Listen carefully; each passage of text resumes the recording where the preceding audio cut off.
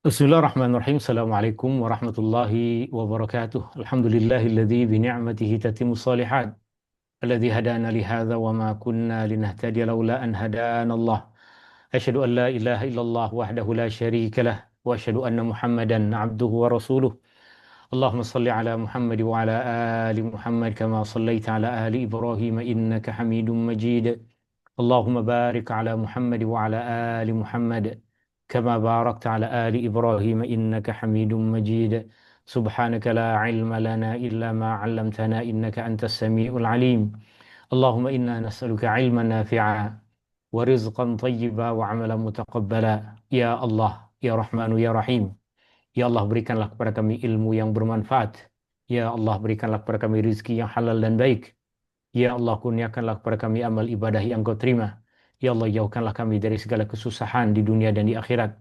Ya Allah, ampunilah dosa kami. Ya Allah, ampunilah dosa ibu bapa kami. Ya Allah, ampunilah dosa kami. Ya Allah, ampunilah dosa ahli keluarga kami. Ya Allah, ampunilah dosa kami. Ya Allah, ampunilah dosa adik-beradik kami. ربنا تقبل منا إنك أنت السميع العليم وتب علينا إنك أنت التواب الرحيم ربنا آتنا في الدنيا حسنة وفي الآخرة حسنة وقنا عذاب النار وصلى الله على النبي محمد والحمد لله رب العالمين. Tuan-tuan dan puan-puan yang dirahmati Allah Subhanahu wa taala, kita berhimpun kembali di dalam majlis ilmu kita Kembara Jiwa bersama dengan Rasulullah sallallahu alaihi wasallam. Dan sebahagian dari tuan-tuan dan puan-puan hadirin ada yang hadir bersama di dalam melalui platform Zoom meeting, dan sebahagian hadir dalam majlis ilmu ini melalui platform TikTok, dan semua kami ucapkan ahlan wa sahlan wa marhaban bikum. Selamat datang di dalam majlis ilmu ini. Hadza huwa al-liqa' al-awwal fi syahr Ramadan. Ini adalah perjumpaan kita yang pertama kali di bulan Ramadan. Wa mazilna fi hadithina ma'a al-habib al-mustafa Muhammadin sallallahu alaihi wasallam, dan kita masih bersama dengan uh, sirah Nabi sallallahu alaihi wasallam, haitsu tahaddasna an al-dzauq an-nabawi, ketika kita tengah membicarakan tentang kehalusan budi Rasulullah sallallahu alaihi wasallam. Kaifa kana Rasulullah sallallahu alaihi wasallam ali al-dzauq, kaifa kana Nabi sallallahu alaihi wasallam yu'amilu an-nas mu'amalatan hasanah, kaifa kana Nabi sallallahu alaihi wasallam yatasarraf bitasarruf jamil. Bagaimana dulu Rasulullah sallallahu alaihi wasallam berinteraksi dengan para sahabatnya dengan muamalah yang baik. Bagaimana Rasulullah sallallahu alaihi wasallam dulu bersikap dengan sikap yang mulia. Wa ma'ana dhaifuna al-fadil Syekh Muntasir Abdul Basit, dan bersama kita tetamu kita yang kita hormati al-fadil Syekh Muntasir Abdul Basit. Kaifa haluka ya Syekhna? يا مرحبا يا مرحبا الحمد لله رب العالمين كل عام وأنتم بخير Wa anta bi khair, Ramadan mubarak. إن شاء الله مبارك علينا وعليكم جميعا على المسلمين. Kaifa akhbaru siyam fi Mesir? Bagaimana keadaan puasa di Mesir? الجو شتاء الصيام سهل والنهار قصير. Alhamdulillah. Syekh berkata di Mesir sekarang tengah musim sejuk, jadi siang hari lebih pendek dan puasa lebih menyeronokkan. Terima kasih tuan-tuan dan puan-puan yang dirahmati Allah Subhanahu wa taala. Seperti yang tadi kita dah sebutkan, bahwa tajuk kita masih berbicara tentang kehalusan budi Rasulullah sallallahu alaihi wasallam, atau tepatnya kehalusan budi dalam kehidupan Nabi sallallahu alaihi wasallam. Wa mazilna fi mawdu'ina الذوق في حياة النبي صلى الله عليه وسلم, ونؤتي الفرصة كاملة لفضيلة الشيخ لطرح الموضوع. Kita berikan kesempatan kepada Fadilatul Syekh untuk mengupas tajuk kita. Fadhal ya Maulani. بارك الله فيكم. بسم الله الرحمن الرحيم. الحمد لله رب العالمين والصلاة والسلام على أشرف المرسلين وخاتم النبيين ورحمة الله للعالمين سيدنا محمد وعلى آله وصحبه أجمعين. مرحبا بالإخوة والأخوات أهل العلم الذين يجلسون في هذه المجالس الطيبة وينفقون فيها جهدهم وأوقاتهم ابتغاء مرضات الله سبحانه وتعالى، ونسأل الله عز وجل أن يصلح نياتنا وأن يجعل هذا المجلس في ميزان حسناتنا. وبداية يعني أهنئكم بحلول شهر رمضان المبارك، نسأل الله سبحانه وتعالى أن يجعله شهر خير وبركة علينا وعلى المسلمين في كل مكان، وأن يجعله شهر الفرج لكرب إخواننا في فلسطين وفي السودان وفي كل مكان، وأن يخرجنا من هذا الشهر وقد غفر ذنوبنا وأدخلنا في عباده الصالحين، إنه سبحانه وتعالى أكرم الأكرمين. Permulaan, Fadilatul Syekh mengucapkan selamat datang kepada semua hadirin, tuan-tuan, puan-puan di dalam majelis ilmu ini, dan Fadilatul Syekh mengucapkan terima kasih kepada semua yang hadir, yang telah meluangkan masa dan usaha untuk menghadiri majelis ilmu ini. Semoga Allah Subhanahu wa taala memperbaiki niat kita. Semoga Allah jadikan niat kita dalam menuntut ilmu adalah ikhlas kepada Allah Subhanahu wa taala. Dan semoga Allah jadikan majelis ilmu ini dalam timbangan amal kebaikan kita di akhirat nanti. Fadilatul Syekh juga mengucapkan selamat berpuasa kepada semua tuan-tuan dan puan-puan, dan semoga jadikan bulan Ramadan ini sebagai bulan kemenangan bagi umat Islam. Allah Subhanahu wa taala memberikan kepada saudara-saudara kita di Palestin kemenangan, dan Allah Subhanahu wa taala terima ibadah kita, dan Allah Subhanahu wa taala ampuni dosa kita di bulan yang mulia ini. ما زال حديثنا موصولا في سيرة النبي صلى الله عليه وسلم في باب الذوق والإتيكيت والأدب، وهذه الآداب الإسلامية العالية تبين شخصية الإنسان المسلم، وأنه إنسان يراعي مشاعر الناس ويتخلق بالآداب العالية. والله سبحانه وتعالى يعني قال عن المصطفى صلى الله عليه وسلم في سورة القلم: وإنك لعلى خلق عظيم. وكما ورد عن النبي صلى الله عليه وسلم أنه قال: أدبني ربي فأحسن تأديبي. فالنبي صلى الله عليه وسلم هو القمة العالية في الذوق والأدب ومراعاة مشاعر الناس وأحاسيسهم، ولذلك من محبتنا للنبي صلى الله عليه وسلم أن نزيد هذا الباب توضيحا ونتكلم عن أشياء أخرى يعني في بعض معاني الذوق في حياة النبي صلى الله عليه وسلم. Keindahan budi Rasulullah Sallallahu Alaihi Wasallam, keindahan budi seorang Muslim, bagaimana seorang Muslim berinteraksi dalam kehidupan dia sehari-hari. Keindahan budi dan adab adalah menjelaskan tentang kepribadian seorang Muslim, di mana seorang Muslim memperhatikan hati dan perasaan orang lain. Allah Subhanahu wa taala mensifatkan Rasulullah sallallahu alaihi wasallam di dalam Al-Qur'an, di dalam surah Al-Qalam, sesungguhnya engkau benar-benar berada di dalam akhlak yang agung, akhlak yang mulia. Dan Rasulullah sallallahu alaihi wasallam pun pernah bersabda yang bermaksud, Tuhanku telah mengajarkan kepadaku adab dan telah mempercantik adabku. Maka Rasulullah sallallahu alaihi wasallam, Nabi sallallahu alaihi wasallam berada di dalam tingkatan adab yang tertinggi. Kerana kecintaan kita kepada Rasulullah sallallahu alaihi wasallam, sudah tentu kita mesti mengikuti adab Nabi sallallahu alaihi wasallam, etika Nabi sallallahu alaihi wasallam dalam berinteraksi dengan sesama manusia. Kerana kecintaan kita kepada Rasulullah sallallahu alaihi wasallam, kita mesti mempelajari adab-adab Rasulullah. فمن هذه الآداب النبوية والذوق في حياة النبي صلى الله عليه وسلم أن النبي صلى الله عليه وسلم كان إذا سلم على أحد بيده يلتفت إليه ولا يلتفت بعيدا عنه. ونحن أحيانا يتأذى الإنسان ويشعر بالحرج عندما يسلم على واحد وهو ينظر في ناحية أخرى، يسلم عليك بيده وينظر إلى ناحية أخرى، هذا من قلة الذوق. لكن النبي صلى الله عليه وسلم كان إذا سلم على أحد التفت إليه جميعا، يعني وجه وجهه إليه ولم يلتفت عنه يمينا ولا شمالا. فهذا من الذوق العالي في حياة النبي صلى الله عليه وسلم.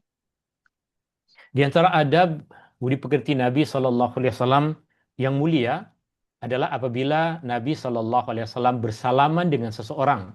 Apabila Rasulullah sallallahu alaihi wasallam bersalaman dengan seseorang, maka Rasulullah sallallahu alaihi wasallam akan menghadapkan seluruh tubuhnya kepada orang tersebut, akan memandang orang tersebut, dan kita pun tahu kita akan rasa tak selesa, kita akan rasa tak sedap hati, kita akan rasa terganggu apabila kita bersalaman dengan seseorang, tetapi wajah orang itu berpaling ke tempat yang lain, tubuh badan orang itu menghadap ke tempat yang lain seakan-akan tidak peduli dengan kita.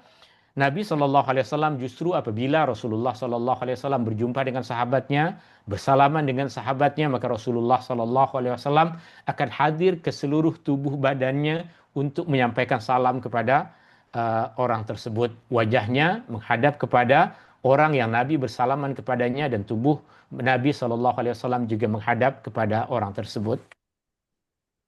كذلك كان هدي النبي صلى الله عليه وسلم في السلام المصافحة، يعني المصافحة باليد.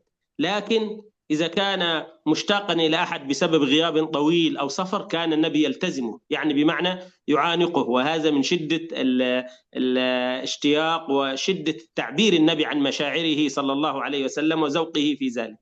فلا يعني لا يقبل من إنسان محب لإنسان وصديق له ورآه بعد فترة غياب طويلة أن يصافحه باليد فقط، هذا من قلة الذوق. النبي صلى الله عليه وسلم كان إذا وجد أحدا أو قابل أحدا لم يره من فترة طويلة كان يلتزمه ويعانقه. Juga di antara adab dan etika Nabi SAW apabila berjumpa dengan para sahabatnya adalah Nabi SAW akan bersalaman, berjabat tangan. Rasulullah SAW akan bersalaman, Rasulullah SAW akan berjabat tangan. Dan apabila lama tempoh masa yang Nabi SAW tidak berjumpa dengan sahabat itu, maka Nabi SAW bukan sahaja berjabat tangan dengannya, bukan sahaja bersalaman dengannya, Rasulullah SAW akan memeluk dengan kuat sahabat tersebut, yang menandakan kerinduan dan kecintaan Rasulullah SAW kepada sahabat yang lama tidak berjumpa. Tentunya apabila seorang sahabat berjumpa dengan sahabatnya dalam tempoh masa yang lama mereka tak bersua, lama mereka tak berjumpa, berjabat tangan tidak memadai, maka yang biasa dilakukan oleh Nabi SAW adalah Rasulullah SAW akan berjabat tangannya dan memeluknya dengan kuat. وقد حدث مع النبي صلى الله عليه وسلم أنه كان ابن عمه جعفر ابن أبي طالب رضي الله عنه كان مهاجرا إلى الحبشة، وكان ينشر الإسلام هناك. ولما عاد إلى النبي صلى الله عليه وسلم كان النبي في غزوة خيبر، وعندما رآه النبي صلى الله عليه وسلم التزمه عانقه وقال: لست أدري بأيهما أسر، بفتح خيبر أم بقدوم جعفر. Dan ini pernah terjadi ketika anak kepada bapa saudara Nabi SAW, Ja'far, kembali ke Madinah selepas menempuh perjalanan berhijrah dari Habasyah. Yang tentunya Ja'far duduk di Habasyah untuk tempoh masa yang sangat lama. Nabi SAW bergembira dengan kedatangannya, menjabat tangannya dan memeluknya dengan erat. Dan pada masa yang sama Rasulullah SAW mendengar berita kemenangan umat Islam di Khaybar. Maka Rasulullah SAW kerana keseronokannya beliau sampai mengungkapkannya, aku tak tahu mana satu berita yang membuatku lebih seronok, adakah kedatangan Ja'far ataukah kemenangan umat Islam ke atas Khaybar. كذلك من أدب الإسلام ومن ذوق النبي صلى الله عليه وسلم أنه يعلمنا في أدب الحديث. الله عز وجل يقول: وقولوا للناس حسنا. فكان من الأدب الحديث إنه المسلم لا يتكلم بالألفاظ الفاحشة، الألفاظ البذيئة، الألفاظ التي تحمل معاني تجرح الناس أو تؤذيهم أو تتنمر عليهم أو تنتقص منهم. فقال النبي صلى الله عليه وسلم: ليس المؤمن بالطعان ولا اللعان ولا الفاحش البذيء. الطعان الذي يطعن في أنساب الناس وفي أخلاقهم، واللعان الذي يكثر اللعن وهو شدة الشتائم، والفاحش البذيء الذي يستخدم الألفاظ القبيحة ويؤذي بها مسامع الناس وآذانهم. Dan di antara apa yang diambil berat oleh Islam, diperhatikan oleh Islam dan diperhatikan oleh Nabi SAW adalah bertutur kata dengan tutur kata yang indah, dengan tutur kata yang baik. Allah Subhanahu wa taala perintahkan kepada kita di dalam Al-Qur'an, wa qulu linnasi husna, dan katakanlah kebaikan kepada orang lain. Rasulullah Shallallahu Alaihi Wasallam larang kita untuk menuturkan kata-kata yang kesat, kata-kata yang buruk, kata-kata caci maki hamun. Bahkan Rasulullah Shallallahu Alaihi Wasallam sampai mengatakan yang bermaksud seorang mukmin bukanlah orang yang banyak mengutuk, seorang mukmin bukanlah orang yang banyak melaknat, dan seorang mukmin bukanlah orang-orang yang mengucapkan kata-kata yang keji. Seorang mukmin bukanlah orang yang suka menuduh orang lain dengan tuduhan-tuduhan yang buruk. Seorang mukmin bukanlah orang yang suka melaknat dan mengutuk orang lain. Seorang mukmin bukanlah orang-orang yang mengucapkan kata-kata kesat, kata-kata buruk, kata-kata yang tidak patut, yang tidak sesuai untuk diucapkan oleh orang yang beriman. في موقف آخر في سيرة النبي صلى الله عليه وسلم ينبئنا عن الذوق العالي والأدب العالي في حياة النبي صلى الله عليه وسلم. في فتح مكة كان والد سيدنا أبي بكر واسمه أبو قحافة. أبو قحافة هذا كان كبيرا في السن، وحتى أنه يعني كانت لحيته بيضاء وشعره أبيض ورأسه يعني أبيض، وكان في مكة. فلما دخل المسلمون مكة جاء أبو بكر بوالده إلى النبي صلى الله عليه وسلم ليسلم أبو قحافة، ولم يكن يعني أسلم حتى اليوم. فلما النبي صلى الله عليه وسلم رآه، انظر إلى توقير الكبير وإلى الأدب العالي، قال النبي صلى الله عليه وسلم: هل تركت الشيخ حتى آتيه أنا؟ يعني تركت والدك في بيته وأنا أذهب إليه، توقيرا لسنه ومحبة لأبي بكر. فقال سيدنا أبو بكر: لا يا رسول الله، بل هو أحق أن يأتيك، يعني إكراما للنبي صلى الله عليه وسلم.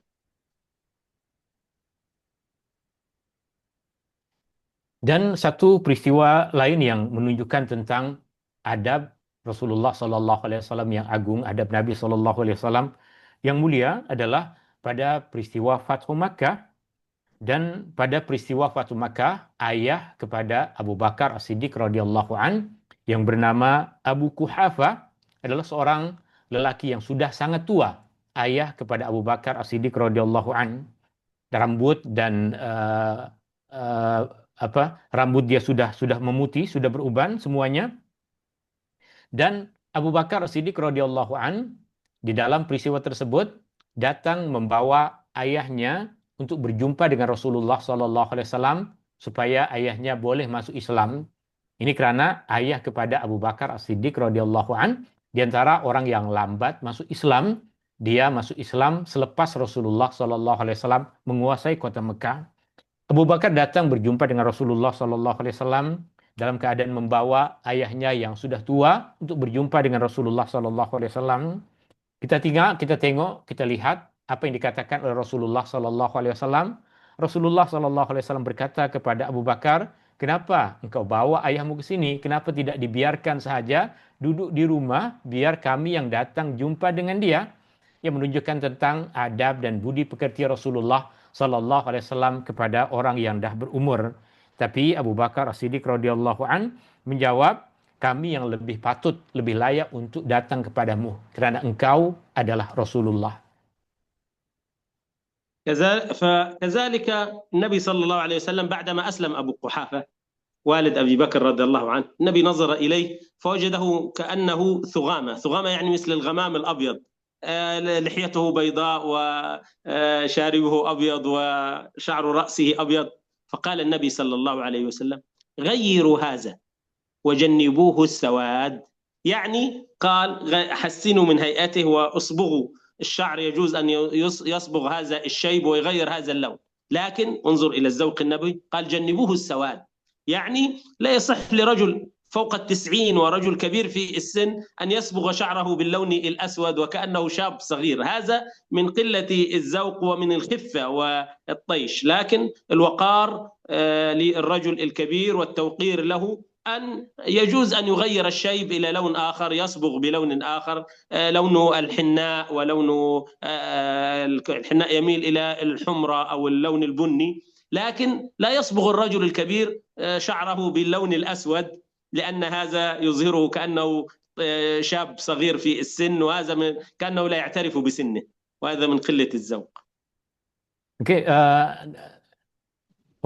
ayah kepada Abu Bakar As-Siddiq radhiyallahu an yang datang jumpa dengan Rasulullah sallallahu alaihi wasallam sudah dalam usia yang sangat tua dan rambut semua dah memutih. Rasulullah sallallahu alaihi wasallam, kecintaan dia kepadanya mencadangkan kepadanya untuk mewarnai rambutnya. Rasulullah sallallahu alaihi wasallam berkata, "Ghairu hadza," tukarlah warnanya, warna rambutnya agar tidak nampak putih ke seluruh kepalanya. Dan Rasulullah sallallahu alaihi wasallam juga memberikan nasihat kepadanya, "Wajannibuhu sawad." Tetapi jangan gunakan warna hitam, karena warna hitam warna rambut orang yang masih muda, sehingga seakan-akan orang yang dah tua tersebut, orang yang dah berumur 90 tahun ataupun lebih ataupun kurang tersebut, seakan-akan mahu menampilkan diri seperti seorang pemuda. Rasulullah SAW tidak perkenankan kepada lelaki yang dah tua tersebut untuk menukar warna rambutnya kepada warna hitam, dan Rasulullah SAW memperkenankannya untuk menukar warna rambutnya kepada warna yang lain. ثم نأتي إلى باب آخر من أبواب الذوق في العلاقة بين المسلمين، ألا وهو الجلوس في الطرقات. النبي صلى الله عليه وسلم نهى عن ذلك، لأن الطرقات مجال لسير الناس ولقضاء حوائجهم ولكذا، فقال صلى الله عليه وسلم: إياكم والجلوس في الطرقات. فقال الصحابة: يا رسول الله، ما لنا بد، يعني لابد لنا منها، إنما هي مجالسنا نتحدث فيها، يعني مثل النوادي أو مكان اجتماع الناس. فالنبي صلى الله عليه وسلم قدر هذه الحاجة، يعني راعى احتياجهم لهذه المجالس، فقال: فإن كان يعني ولا بد ستجلسون هذه المجالس فأعطوا الطريق حقه. قالوا: وما حقه يا رسول الله؟ فقال صلى الله عليه وسلم: غض البصر وكف الأذى ورد السلام والأمر بالمعروف والنهي عن المنكر.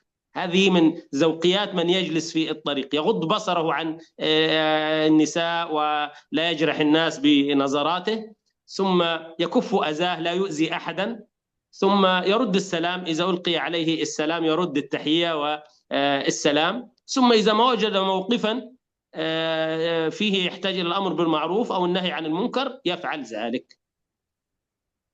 Di antara juga adab bukti-bukti Rasulullah SAW adalah berkaitan dengan duduk di tepi jalan.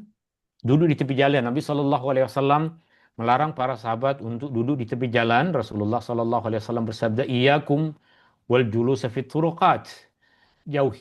Jauhilah dari perbuatan duduk di tepi jalan. Sebagian dari sahabat Nabi SAW yang mendengar teguran dari Rasulullah SAW ini berkata kepada Rasulullah SAW, "Ya Rasulullah, kami tak ada pilihan, tak ada tempat lain untuk duduk melainkan di tepi jalan ini." Maka Rasulullah SAW memberikan kepada mereka kelonggaran, kelapangan dengan mengatakan, jika tiada pilihan yang lain, maka berikanlah kepada jalan haknya. Berikanlah apa yang menjadi hak kepada jalan tersebut. Maka para sahabat bertanya kepada Rasulullah SAW, apa yang menjadi hak kepada jalan ini? Rasulullah SAW menyebutkan 4 perkara yang menjadi hak jalan, yaitu yang pertama adalah ghaddul basar, tundukkanlah pandangan, jagalah pandanganmu daripada melihat dan menatap perkara-perkara yang haram, menatap kaum perempuan yang tengah melintas di jalan tersebut. Dan yang kedua adalah kaful adza, menjaga diri daripada melakukan perbuatan yang menyakiti orang yang melintas, sama ada dengan ucapan ataupun dengan perbuatan. Yang ketiga adalah menjawab salam apabila ada orang yang melintas kemudian mengucapkan salam. Dan yang keempat yang penting adalah al-amru bil ma'ruf wan nahyu anil munkar, menyuruh untuk melakukan perbuatan yang ma'ruf dan menghalang daripada terjadinya perbuatan-perbuatan yang mungkar ketika perbuatan-perbuatan yang mungkar terjadi di jalan tersebut. نعم. ثم نأتي إلى أدب آخر وآداب أخرى. هي الآداب يعني كثيرة ومتنوعة، لكن نحاول أن نذكر أكبر قدر في هذا اليوم الجميل. فنقول من آداب دخول البيوت، النبي صلى الله عليه وسلم يقول لأنس: أنس، وكان يعني شابا صغيرا يخدم النبي صلى الله عليه وسلم، أنس بن مالك. يقول له النبي صلى الله عليه وسلم: يا بني، إذا دخلت على أهلك فسلم، يكن بركة عليك وعلى أهلك. الإنسان عندما يدخل للبيت يقول: السلام عليكم، هذه بركة عليه وعلى أهله. وأيضا يا الشيطان يعني لا يبقى معه ولا يدخل معه في هذا البيت.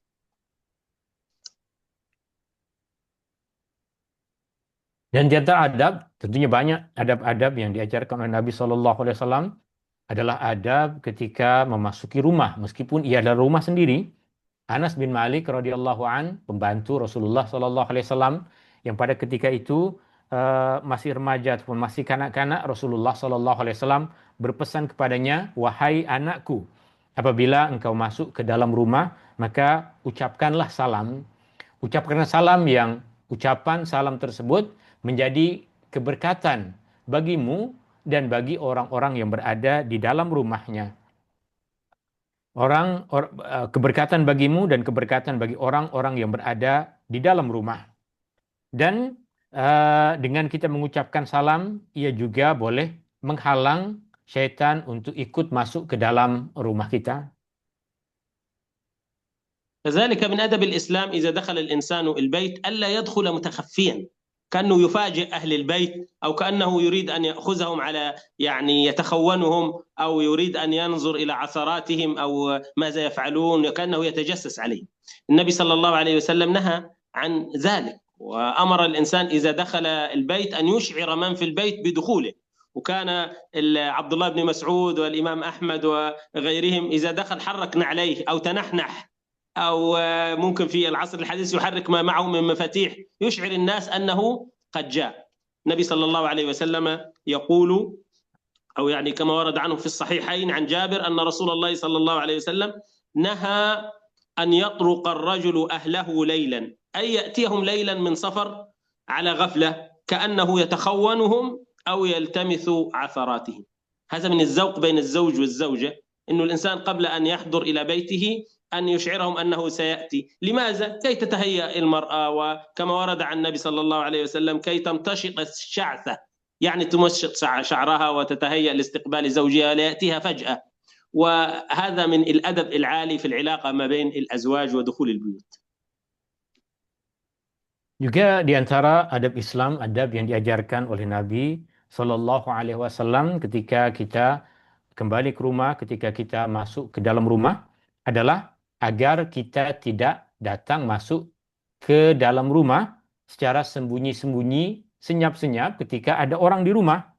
Seakan-akan kita mahu mengintai, seakan-akan kita mahu memata-matai apa yang tengah dilakukan oleh orang di rumah kita. Al-Imam Ahmad ketika dia masuk ke dalam rumahnya, dia akan melakukan sesuatu yang menunjukkan kehadirannya, sama ada dengan berdehem ataupun dengan membunyikan suara kakinya. Abdullah bin Mas'ud radhiyallahu an, sahabat Nabi sallallahu alaihi wasallam, apabila dia masuk ke dalam rumahnya sendiri, dia akan membunyikan sesuatu sehingga orang yang berada di rumah sadar bahwa dia datang. Sehingga kita tidak membuat orang terkejut ketika kita tidak membuat orang menyangka bahwa kita datang sembunyi-sembunyi, senyap-senyap untuk memata-matai mereka. Bahkan di dalam Sahih Bukhari dan Muslim daripada Jabir bin Abdullah radhiyallahu anhuma, Rasulullah sallallahu alaihi wasallam melarang para suami. Rasulullah sallallahu alaihi wasallam melarang para suami untuk datang dari perjalanan bermusafir di malam hari secara mengejut. Rasulullah sallallahu alaihi wasallam melarang kaum suami untuk datang ke rumah istrinya di malam hari dari perjalanan bermusafir secara mengejut. Rasulullah sallallahu alaihi wasallam melarang untuk melakukan perbuatan yang demikian karena seakan-akan ia menunjukkan bahwa suami tersebut tengah mengintai apa perbuatan yang tengah dilakukan oleh istrinya. Bahkan Rasulullah sallallahu alaihi wasallam menjelaskan, berikanlah berita agar istri tersebut bersedia menyambut kedatangan suaminya. Ini diantara adab-adab yang juga etika yang diajarkan oleh Rasulullah Sallallahu Alaihi Wasallam. الشيء العجيب يا أيها الإخوة والأخوات إنه النبي صلى الله عليه وسلم ركز في التعليم للآداب على أشياء قليل، يعني أشياء قد يظنها الإنسان صغيرة جدا، لكن النبي حريص على أمته. فمن ذلك أنك إذا دخلت البيت وأردت أن تخلع حذاءك، النبي صلى الله عليه وسلم يقول: إذا انتعل أحدكم، يعني لبس حذاءه، فليبدأ باليمين، وإذا انتزع فليبدأ بالشمال، ولتكن اليمنى أولهما تنعلا أو تنعل وآخر أولهما تنعل وآخرهما تنزع.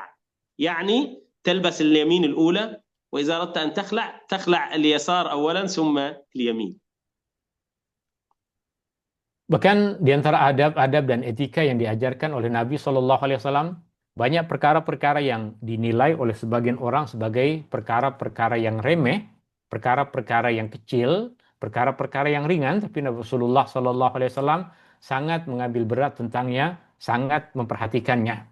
Di antara perkara yang dianggap oleh ramai orang adalah perkara yang remeh adalah bagaimana kita memakai kasut, memakai slipper. Rasulullah Shallallahu Alaihi Wasallam berpesan, apabila salah seorang di antara kamu memakai kasut, maka mulakanlah dengan kaki kanan, baru kemudian dengan kaki kiri. Dan ketika membukanya, mulakanlah membuka dengan kaki kiri dan kemudian kaki kanan. Hendaklah kaki kanan yang pertama dipakaikan kasut tersebut dan kaki kanan yang terakhir untuk dibuka. Perkara yang ringan, perkara yang sepele, tapi Rasulullah Shallallahu Alaihi Wasallam sangat mengambil berat, sangat memperhatikan etika ini dan sangat mengajarkan. ثم النبي صلى الله عليه وسلم يعلمنا من الآداب العالية عندما تجد أناسا يعني في مجلس، يقول النبي صلى الله عليه وسلم: لا يجلس بين رجلين إلا بإذنهما. يعني وجدت اثنان يجلسان بجوار بعضهما أو هكذا، لا تجلس بينهما، تفرق بينهما، وإنما إلا إذا أذن لك بذلك. هذا من الأدب في الجلوس عند الناس. Bahkan di antara adab yang tinggi, adab yang mulia yang diajarkan oleh Nabi Shallallahu Alaihi Wasallam, misalnya dalam majelis, kita sering datang ke dalam majelis kenduri misalnya, Nabi Shallallahu Alaihi Wasallam ajarkan untuk kita tidak duduk di antara dua orang, melainkan jika mereka memperkenankannya. Artinya terkadang dua orang tengah sembang, dua orang tengah berbicara di dalam satu majelis, kemudian kita ambil kerusi ataupun kita duduk di tengah-tengah orang tersebut. Ini perkara yang Rasulullah Shallallahu Alaihi Wasallam larang kita daripada melakukannya, dan Rasulullah Shallallahu Alaihi Wasallam tidak memperkenankannya, melainkan jika kedua orang tersebut memperkenankan kita, mengizinkan kita untuk duduk di antara mereka, duduk di tengah, berada di tengah di antara mereka. ثم نأتي إلى مسألة مهمة وهي تخاطب العصر الحديث.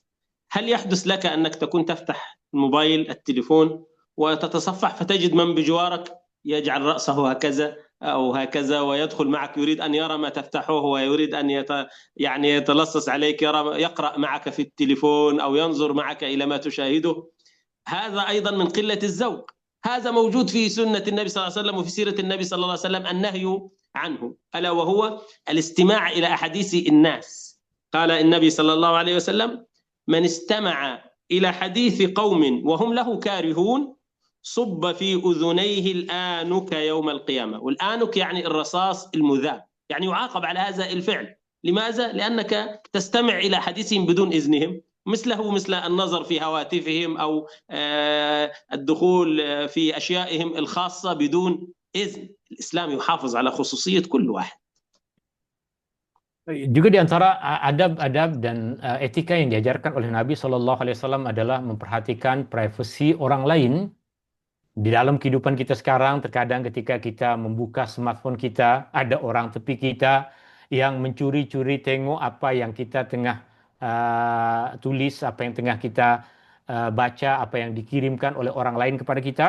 Perkara ini tentunya sangat bersalahan dengan adab. Dan ada di dalam hadis Nabi Shallallahu Alaihi Wasallam larangan pada perkara yang hampir sama dengan benda ini. Rasulullah Shallallahu Alaihi Wasallam pernah bersabda yang bermaksud, sesiapa yang mendengarkan, siapa yang mencuri dengar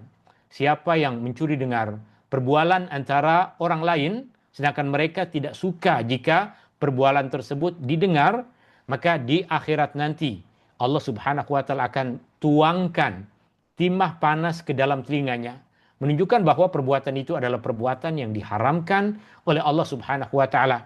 Kita curi dengar apa yang dibicarakan, apa yang disembangkan oleh orang lain adalah perkara yang diharamkan di dalam agama, perkara yang sangat bersalahan dengan etika, perkara yang sangat bersalahan dengan adab yang mulia. Dan apa yang dilakukan di dalam masyarakat kita sekarang ketika mereka mencoba untuk mencuri dengar apa yang dibicarakan, apa yang dibualkan oleh orang lain, padahal mereka ketika berbual tidak mahu agar perbualan itu didengar dan diceritakan kepada orang lain, ia adalah perkara yang sangat dibenci, ia adalah perkara yang sangat bersalahan dengan adab yang mulia. إذا أردت استقبال أحد إذا أردت استقبال أحد أو ذهبت لزيارة أحد، النبي صلى الله عليه وسلم كان من ذوقه في ذلك أنه يطلب من المسلم أن يصلح من هيئته وأن يستقبل الناس بملابس جيدة وليست ملابس النوم ولا ملابس التي يبقى بها في بيته، وإنما يصلح من هيئته، سواء الذي يزور أحد يزوره في كامل هيئته ومظهر طيب أو الذي يستقبل أحد. النبي صلى الله عليه وسلم يقول للصحابة: إنكم قادمون على إخوانكم، يعني ستذهبون لزيارتهم، فأحسنوا لباسكم وأصلحوا رحالكم يعني دوابكم والأشياء التي تركبونها، حتى تكونوا كأنكم شامة في الناس. الشامة يعني الحسنة، الشيء الذي يكون ظاهر في الوجه. فإن الله لا يحب الفحش ولا التفحش. إن الله لا يحب الفحش ولا التفحش، والفحش والتفحش هنا معناه المظهر السيء والكلام السيء.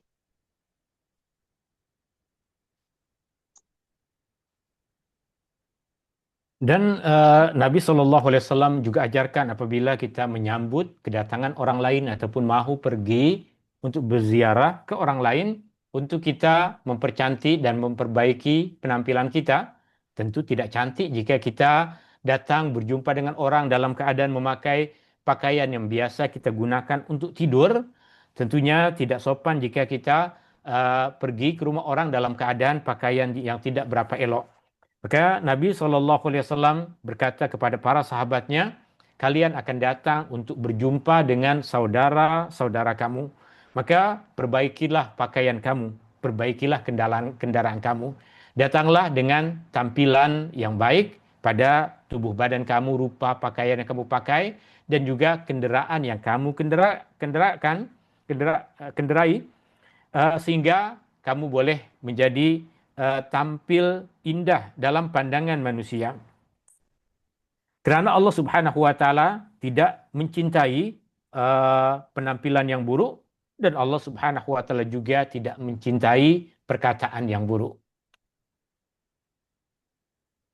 كذلك عند زيارة إنسان مريض، عند زيارة المريض النبي صلى الله عليه وسلم يعلمنا أنه عيادة المريض هذه من حق المسلم على المسلم، كما أخبر النبي صلى الله عليه وسلم بمجموعة من الحقوق بين المسلمين وبين الذوق فيما بينهم، مثل عيادة المريض، ومثل تشميت العاطس، إذا عطس إنسان قال الحمد لله أن تقول له يرحمك الله، ومثل رد السلام، ومثل قبول الدعوة، إذا دعاك إلى طعام أو كذا وكانت ظروفك مناسبة لا تحرجه وتقبل هذه الدعوة وتستجيب لها. هذا من الذوق في المعاملة ما بين المسلمين.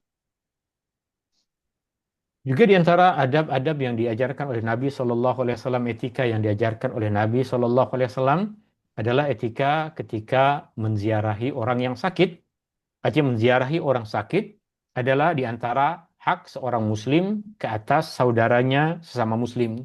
Dan banyak hak-hak seorang muslim ke atas saudaranya seorang muslim yang diajarkan oleh Nabi SAW. Nabi SAW ajarkan kita untuk mendoakan orang yang bersin misalnya.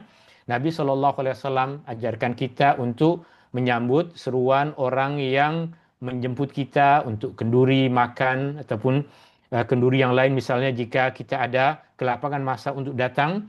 Dan Nabi SAW ajarkan kepada kita banyak adab-adab yang lain. فعند ذلك عند زيارة المريض هناك آداب مخصوصة في الذوق في التعامل معه. من ذلك مثلا أن يكون الإنسان يعني نقي الثوب، يلبس ملابس يعني طيبة ونظيفة حتى لا تتسبب في زيادة مرض المريض، أن يكون طيب الرائحة، أن يكون نظيفا، ألا يتحدث عند المريض بما يزعجه.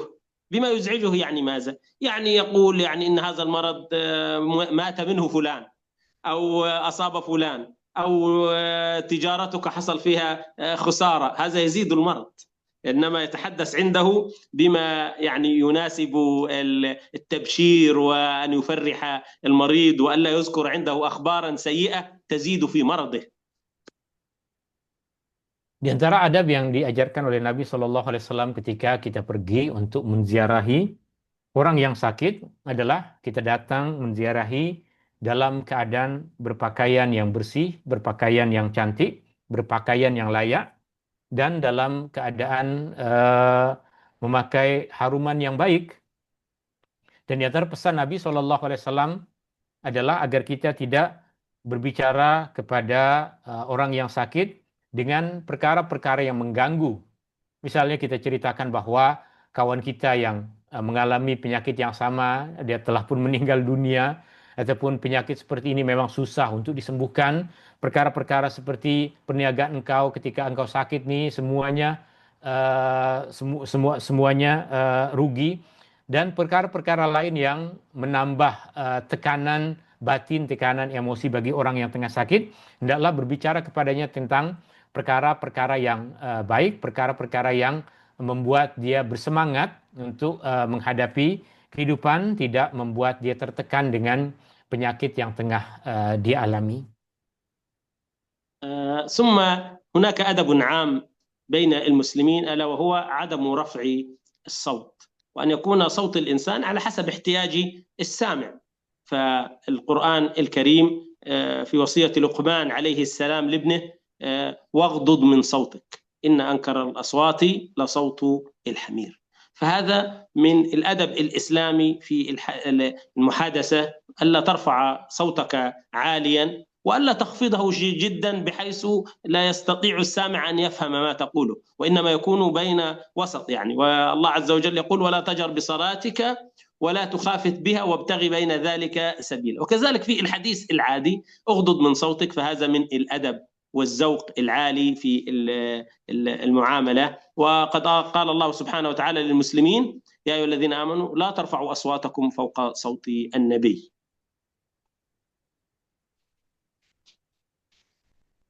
Juga di antara adab yang diajarkan oleh Nabi Shallallahu Alaihi Wasallam, adab yang diajarkan di dalam Islam adalah untuk kita berbicara tanpa meninggikan suara kita, tanpa mengangkat suara kita dengan melampau. Allah Subhanahu Wa Taala di dalam Al-Quran, di dalam surah Luqman, menyebutkan di antara nasihat yang diberikan oleh Luqman kepada anaknya adalah waghdud min sautik, rendahkanlah, tundukkanlah suaramu. Karena seburuk-buruknya suara adalah suara keldai.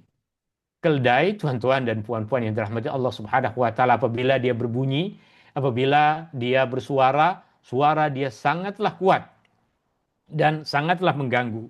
Maka Allah Subhanahu Wa Taala berikan pesanan kepada kita untuk tidak berperilaku seperti keldai, tidak mengangkat suara kita dengan terlalu kuat sehingga mengganggu orang yang tengah berbicara dengan kita. Bahkan di dalam ibadah saja, di dalam sholat, Allah Subhanahu Wa Taala larang kita untuk sholat dengan suara yang melampau kuat, sholat dengan suara yang melampau perlahan. Bacalah bacaan surah di dalam sholat dengan pertengahan. Wabtaghi baina dzalika sabila. Ambillah jalan tengah. Allah Subhanahu Wa Taala juga berpesan kepada para sahabat Nabi Shallallahu Alaihi Wasallam untuk tidak meninggikan suara mereka lebih tinggi dari suara Rasulullah Shallallahu Alaihi Wasallam. كذلك من الذوق والآداب في المعاملة هو مراعاة الأحداث التي تصيب الناس مثل الوفاة. فمن أدب الإسلام اتباع الجنائز والصلاة على أخيك، صلاة الجنازة، ثم تعزية أهله. مواساة أهله وتعزيتهم. النبي صلى الله عليه وسلم كان يعزي إذا مات أحد من أصحابه. وعندما مات أبو سلمة رضي الله عنه، النبي صلى الله عليه وسلم قال: اللهم اغفر لأبي سلمة وارفع درجته في المهديين واخلفه في عقبه في الغابرين. يعني دعا له النبي صلى الله عليه وسلم دعاء يعني كبيرا. وكذلك النبي صلى الله عليه وسلم كان يواسي ويعزي أهل الميت، وهذا من الأدب الإسلامي العالي، أن تواسي أهل الميت وأن تعزيهم وأن تذكر عندهم المعاني الطيبة والأدعية النبوية، مثل أن تذكرهم أن يقولوا: اللهم أجرني في مصيبتي واخلفني خيرا منها، ومثل هذه المعاني التي تخفف عنهم من المصيبة.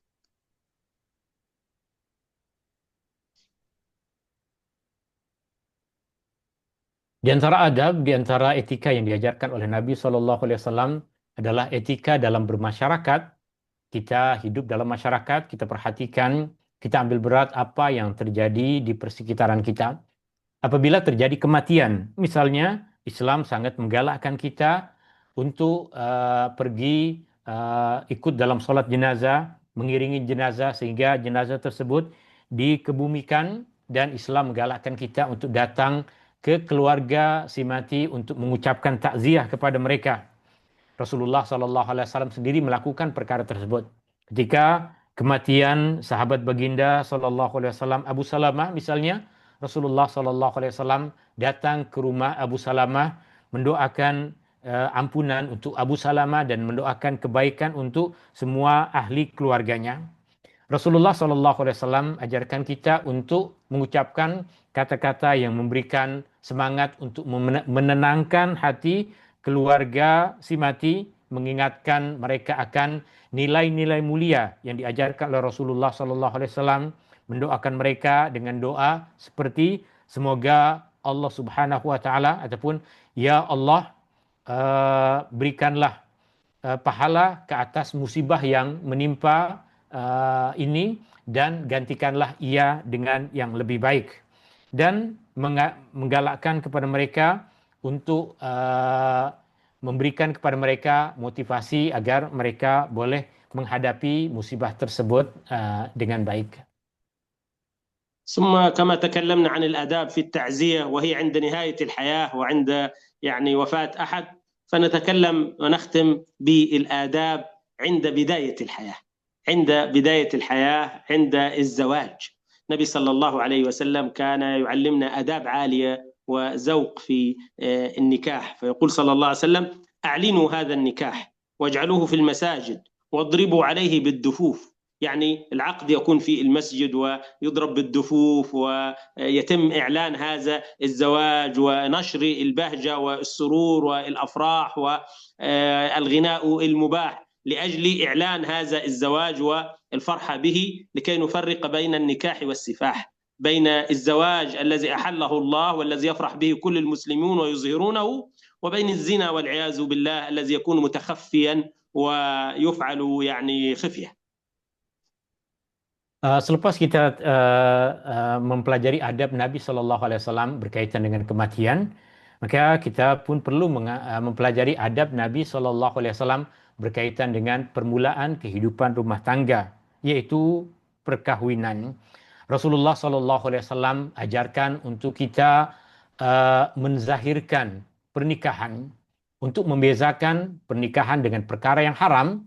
Nikah akan nikah sesuatu yang perlu diketahui oleh orang ramai, sedangkan perkara yang haram, perzinahan, semoga Allah Subhanahu wa taala lindungi kita dari perkara itu, adalah perkara yang dilakukan secara sembunyi-sembunyi. Maka Nabi SAW galakkan kepada para sahabat untuk melakukan akad nikah di dekat masjid agar semua orang di dalam masyarakat mengetahui tentang perkara tersebut.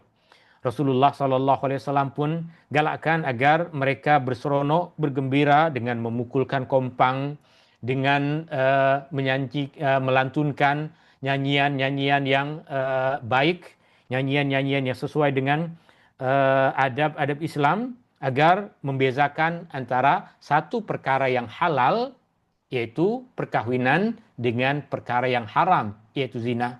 Perkawinan adalah bahagian dari syiar agama, sesuatu yang perlu dizahirkan, sedangkan perkara yang haram adalah apa yang orang-orang derhaka lakukan secara sembunyi-sembunyi, secara senyap-senyap.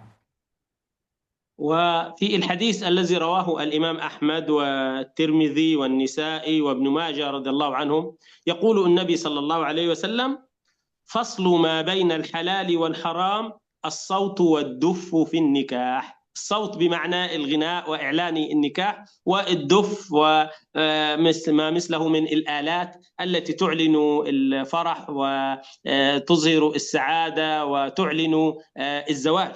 وكذلك أمر النبي صلى الله عليه وسلم بصنع وليمة لهذا النكاح، وبأن يجيب المسلم دعوة أخيه إلى هذه الوليمة.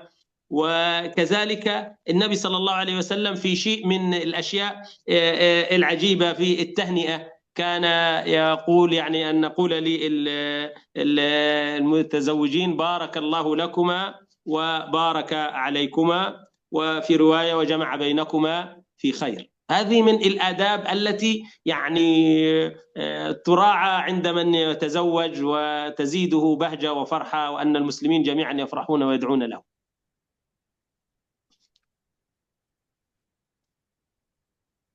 Maka di antara hadis yang diriwayatkan daripada Nabi Shallallahu Alaihi Wasallam, diriwayatkan oleh Imam Ahmad, Tirmizi, An-Nasai, Ibnu Majah, menjelaskan bahwa perbezaan antara perkara yang halal dengan perkara yang haram adalah dipukulnya kompang.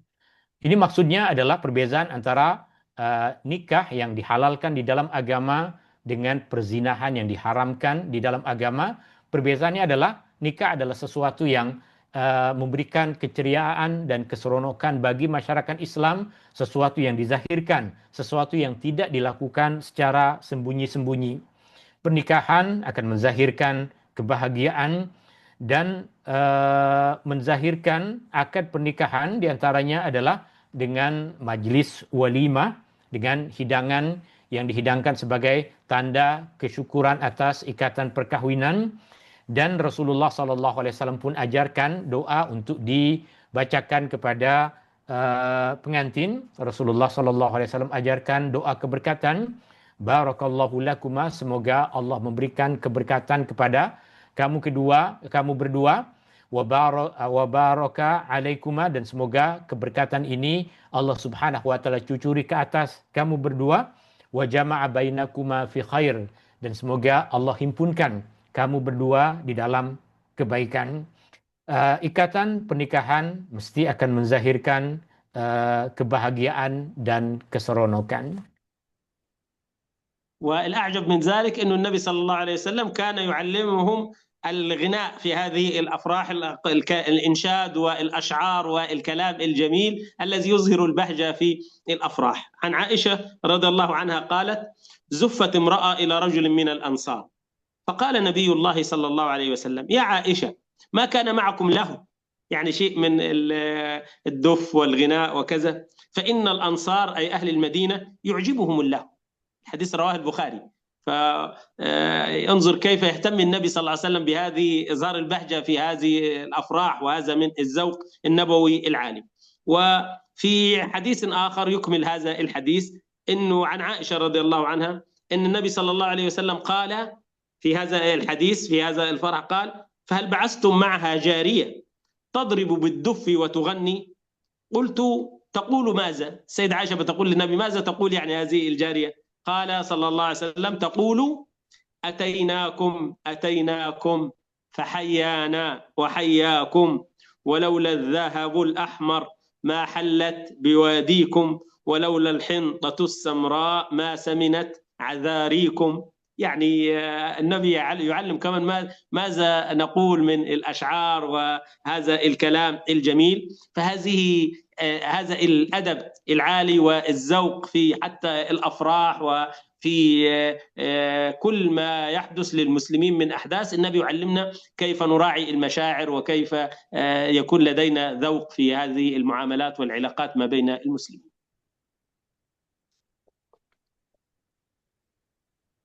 Maka di antara perkara yang menarik dalam adab yang diajarkan oleh Rasulullah Sallallahu Alaihi Wasallam. Rasulullah Sallallahu Alaihi Wasallam ajarkan kepada para sahabatnya untuk melantunkan syair, untuk mendendangkan nasyid-nasyid di dalam farah, di dalam perkahwinan.